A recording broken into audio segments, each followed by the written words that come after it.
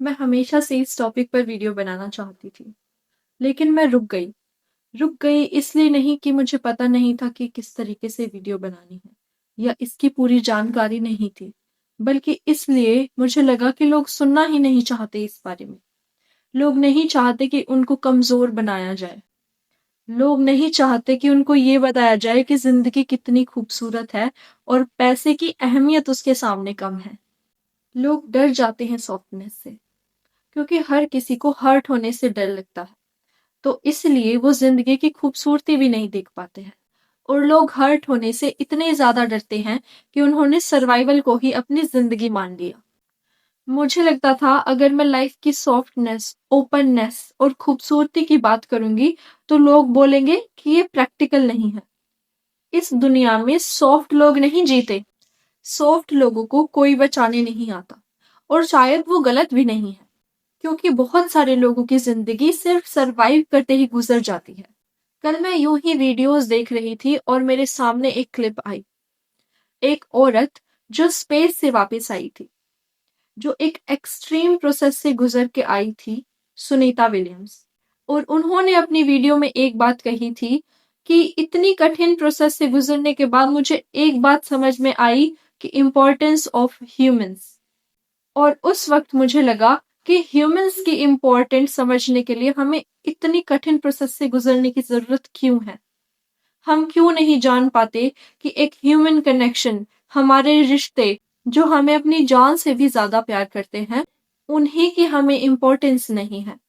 वो छोटी छोटी खुशियां, जब माँ घर में खाना बनाती है और वो स्वादिष्ट खाना तुम्हारे सामने परोसती है और तुम उसे खाते हो, वो उस रेस्टोरेंट में नहीं मिलेगा जहां पे तुम हजारों रुपए खर्चते हो और जहां पर बैठ कर खाने के तुम सपने देखते हो। बैठने की जगह तो खूबसूरत है, आसपास का नजारा भी बहुत खूबसूरत है, लेकिन दिल में प्यार नहीं और माँ के खाने का स्वाद नहीं। तो वो रेस्टोरेंट के महंगे खाने भी फिजूल लगते हैं। और कुछ लोग ऐसे हैं जिनकी पूरी जिंदगी सिर्फ सर्वाइवल मोड में चलती रहती है। सर्वाइवल मोड का मतलब गार्ड अप, दिल बंद, softness is equal to hurt, softness is equal to danger. और जब कोई जिंदगी को इस नजरिए से देखता है तो जिंदगी ब्यूटीफुल लग ही नहीं सकती।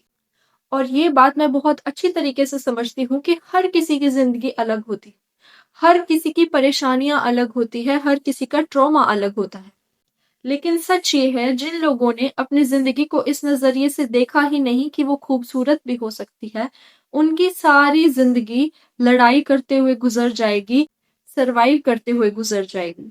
और उनके लिए जिंदगी हमेशा एक जंग ही रहेगी। और फिर हम कंपेयर करते हैं कुछ लोग जिनके पास ना बड़ा घर, ना बड़ी गाड़ी और ना बड़े बैंक बैलेंस, फिर भी वो बहुत ही फुलफिल्ड, शांत और हैप्पी महसूस करते हैं। और यहाँ पर ही कुछ लोग बड़े बैंक बैलेंस, बड़ी गाड़ियां, बड़ा घर, अचीवमेंट्स के माउंटेन, फिर भी वो अंदर से खाली रहते हैं। इसका मतलब लाइफ का मतलब पैसा तो नहीं है, घर का बड़ा साइज तो नहीं है। प्रॉब्लम यह है कि तुम अपनी जिंदगी को किस नजरिए से देखते हो। और इसीलिए ही मैंने डिसाइड किया कि अब मैं इस टॉपिक से पीछे नहीं हटूंगी।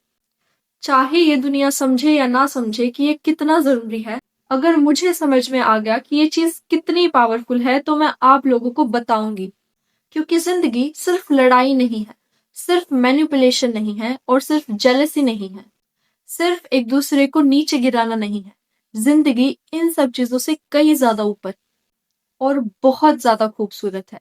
और ये बात मैं सिर्फ यूं ही नहीं बोल रही, मैंने इन सब चीजों को जिया है। 3-4 दिन ऐसे थे मेरी लाइफ में जहां सिर्फ मेडिटेशन था। लोग बोलते हैं 1 घंटा मेडिटेशन जरूर करो, लेकिन मुझे नहीं पता मेरे साथ क्या हुआ। मैं लगातार 3-4 दिनों तक सिर्फ मेडिटेशन के माइंडसेट में रही और मैंने लिटरली अपनी जिंदगी को बदलते हुए देखा। मैं इतना फुलफिल्ड महसूस कर रही हूँ जितना मैंने अपनी जिंदगी में पहले कभी नहीं किया। ना ही किसी अचीवमेंट के बाद, ना ही कोई माइलस्टोन के बाद और ना ही किसी वैलिडेशन के बाद। सिर्फ एक चीज, अंदर से ओपन होना। और मैं सिर्फ इतना चाहती हूँ कि तुम भी इस बात को समझो कि जिन चीजों को तुम इतनी सीरियसली ले रहे हो वो जिंदगी नहीं है, वो सिर्फ जिंदगी जीने के तरीके हैं। जिंदगी कुछ और ही है। इस चीज़ को एक्सेप्ट करो, इस चीज़ को समझो और इस चीज़ को रियलाइज़ करो और अपनी ज़िंदगी इस तरीके से जियो कि वो तुम पर बोझ ना लगे। सॉफ्ट होना कोई कमज़ोरी नहीं होता। सॉफ्ट होना एक इवॉल्व्ड माइंड का साइन होता है। और अगर तुम ये बात सुन रहे हो और इस बात को समझ रहे हो और शायद तुम ऑलरेडी सर्वाइवल से आगे निकल चुके हो। और लास्ट में मैं सिर्फ इतना ही कहना चाहती हूँ कि ज़िंदगी की छोटी-छोटी खुशियों को महसूस करना मत भूलना, बड़ी-बड़ी मंज़िलें पाने के लिए। Thank you so much.